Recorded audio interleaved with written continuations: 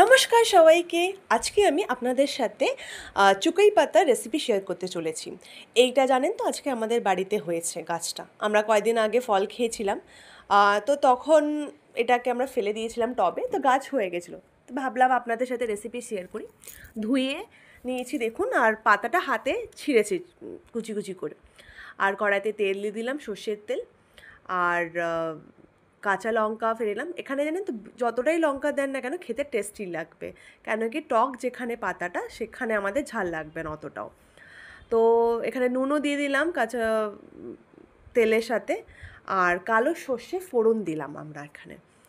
তো দেখতে পাচ্ছেন ফুটছে, তাই যে কারণে মা চামচটা দিয়ে দিল যাতে কি না লাগে, গায়ে না ফোটে। কাঁচা লঙ্কা দিয়ে একটু নাড়াচাড়া করে নিলাম।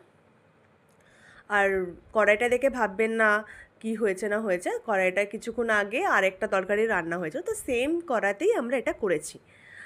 আর তো যেখানে তারপরে দেখুন পাতাটা দিয়ে দিলাম, একটু নাড়াচাড়া করে নিলাম। তো এরকমই নাড়াচাড়া করতে হবে।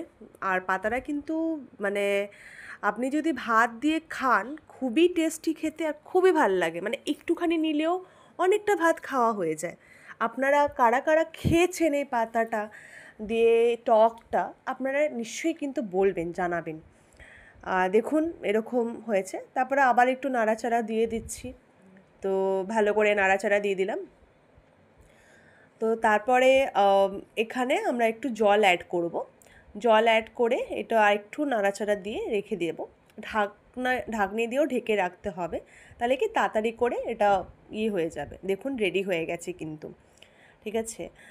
আর আপনারাও কিন্তু ট্রাই করে দেখবেন, আশা করছি ভালোই লাগবে খেতে। আর আমার ভিডিও দেখার জন্য ধন্যবাদ।